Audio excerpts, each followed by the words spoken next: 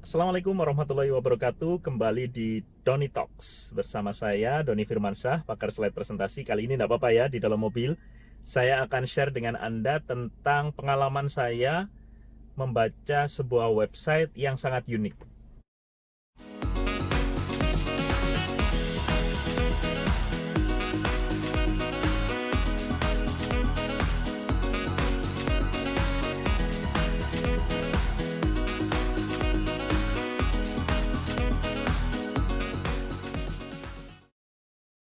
Rob Walker dan Joshua Glenn adalah dua orang antropolog dan peneliti.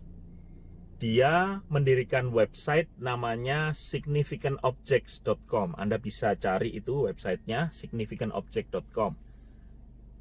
Website tersebut unik karena awalnya adalah website yang didirikan dengan dasar penelitian mereka. Penelitian mereka itu berhipotesanya seperti ini. Sebuah benda yang dia itu tidak bernyawa dan tidak punya arti, ketika benda tersebut itu diberikan kisah di dalamnya, diberikan cerita di dalamnya, lalu disampaikan kepada orang lain, maka nilai benda tersebut akan naik berkali-kali lipat. Itu hipotesa mereka.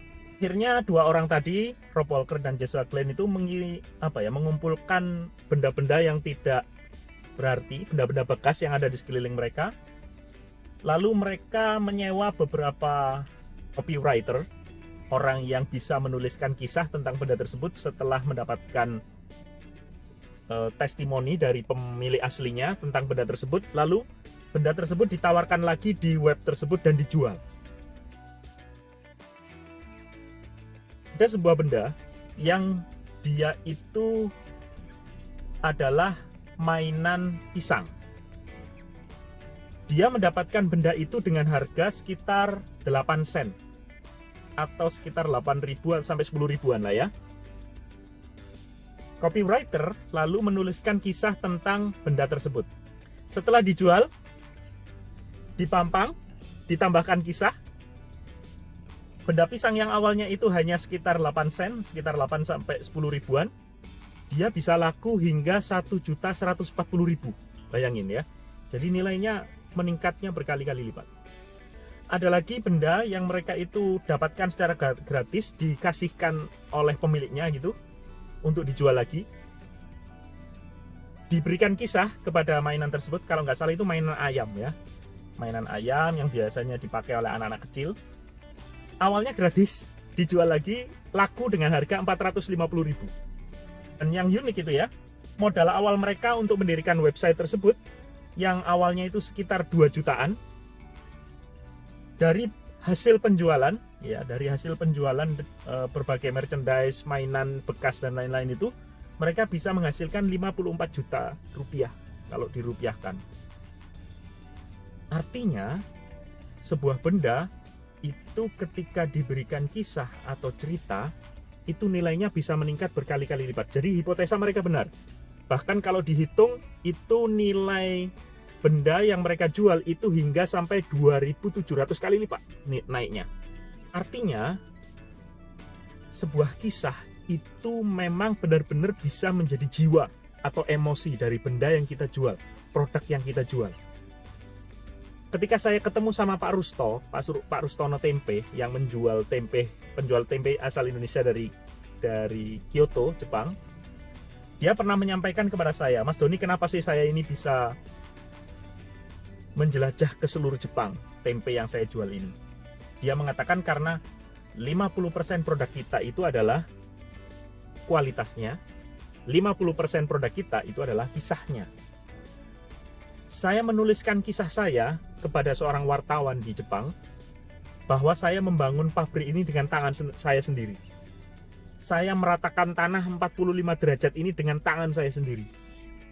Saya menarik air dari puncak gunung, air yang bersih itu dengan selang, menggali hingga sampai ke pabrik tempe saya itu dengan tangan saya sendiri. Dan itu dulu saya lakukan pada saat musim dingin. Cerita itu diupload dan kemudian itu membuat banyak orang simpati dengan beliau sehingga berdatangan dan menjadi sumber pembuatan tempe sekarang di Jepang. Bahkan dia sekarang memiliki banyak cabang tempe di Meksiko, di Perancis, di Polandia dan lain-lain itu yang belajar tempe dari Pak Rusto yang ada di Kyoto, di Shiga tepatnya. Artinya memang benar nih, kalau misalnya kita punya produk, kita boleh menampilkan benefitnya, kita boleh menampilkan manfaatnya, kita boleh menampilkan murahnya produk tersebut. Tetapi alangkah lebih baiknya kalau kita ingin produk kita naik berkali-kali lipat, bisa jadi kita menambahkan kisah di situ.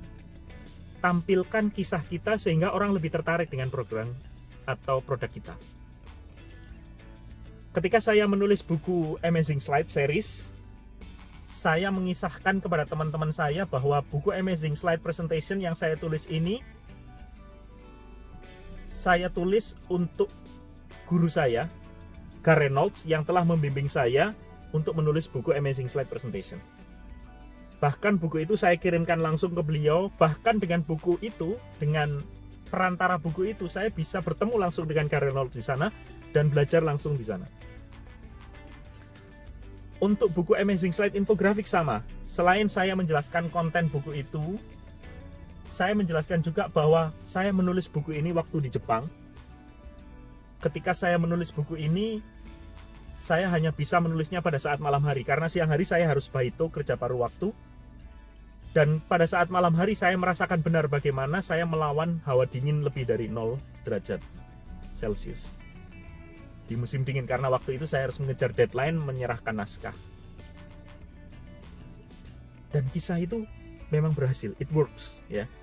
Jadi bagi teman-teman semua, ini mungkin pelajaran bagi kita. Mungkin pada saat kita memasarkan produk, bisa jadi produk kita itu keren, benefitnya banyak, marketingnya brutal, diskon gede-gedean, promosinya gencar, tapi kok kurang ya yang beli ya.